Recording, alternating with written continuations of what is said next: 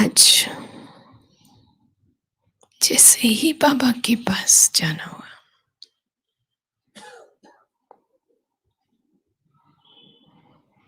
तो वतन की रंगत बहुत अलग थी। चारों तरफ ब्राह्मणों का जैसे मेला लगा हुआ हो। बाबा के बच्चे,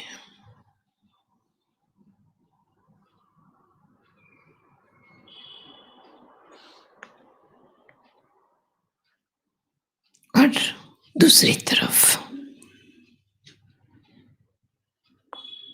यज्ञ चल रहा था। यज्ञ के चारों ओर जैसे ब्राह्मण खड़े हैं।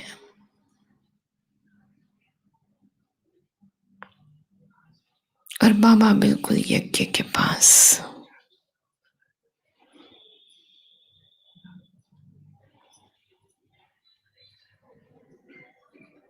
तो जैसे ही पहुंचे, बाबा ने कहा, आओ।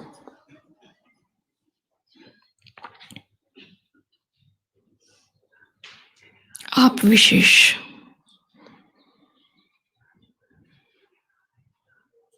कौन सा समाचार लाए हो? मैंने कहा, बाबा आज तो सतगुरुवार।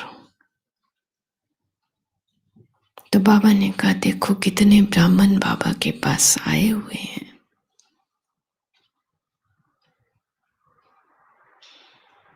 बाबा ने भी अपने बच्चों को सबको बुलाया है, याद किया है, उनको भी बुलाया है।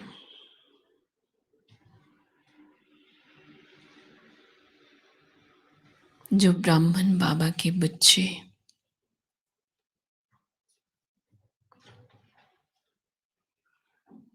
इस वर्ष आगे की सेवाओं पर चले गए, उनको भी याद किया। और सबसे बाबा एक ही सवाल पूछते हैं कि दुनिया तो आज के दिन बहुत सारी पार्टियां करती है, बाबा ने यज्ञ रचा है। वो पार्टी करते हैं, रात को करते हैं, सवेरे का इंतजार करते हैं, खुशी मनाते हैं, नाचते हैं, गाते हैं। और बाबा ने ये यज्ञ रचा है कि नई दुनिया को लाना है। केवल नया वर्ष नहीं, नई दुनिया लानी है। तो इस यज्ञ में आप सबकी आहुति पड़े तो नई दुनिया है। इस रुद्र यज्ञ में आहुति डालनी है।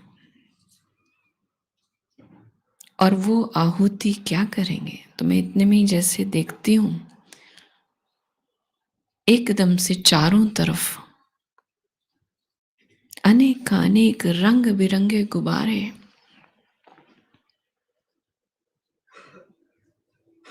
और उन गुब्बारों पर बहुत सारी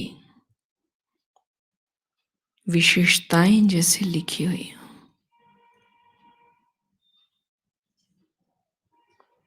तो एक बार तो आया, ये गुब्बारे आए कहां से? तो देखा बाबा यज्ञ के पास खड़े हुए हैं और ब्राह्मण बच्चे सब स्वतः अंदर ही अंदर जैसे कर रहे हैं ये विकार स्वाहा। तो गुब्बारे उड़ते जा रहे हैं गुणों के, शक्तियों के। तो बहुत सुंदर ये दृश्य था। सब अपनी कमजोरियों को स्वाहा करते जा रहे थे और गुणों के गुब्बारे जैसे ऊपर नजर आ रहे थे। चारों तरफ वातावरण जैसे खुशनुमा हो गया था।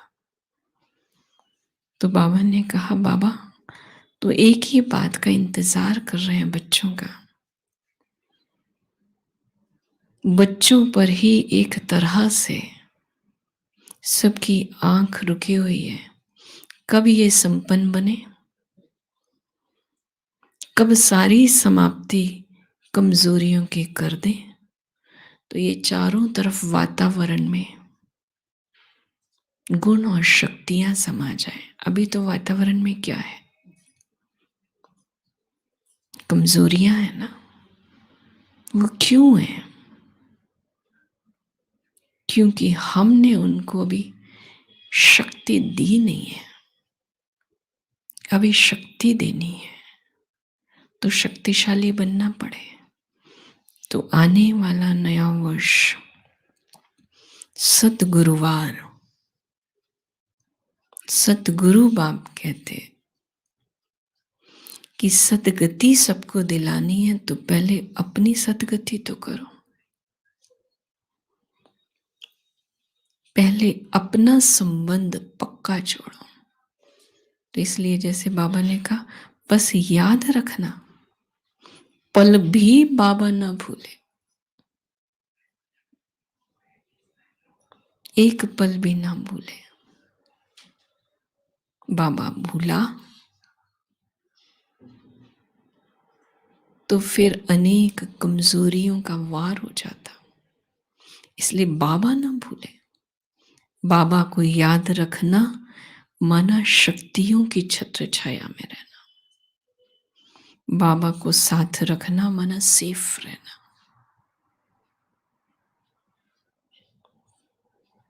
तो सदा अपने को बस बाबा की याद में बिजी रखना है तो इजी रहेंगे।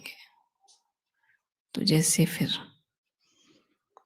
ये बाबा ने कहा और फिर बाबा को भोग स्वीकार कराया, तो बाबा ने कहा तैयार है ना, लाना है ना स्वर्ग को धरा पर। तो ये सब तो होना है ना, ये सब बातें आएंगी तब तो मिटेगी, ये सब होगा, लेकिन आप बाबा के साथ रहना।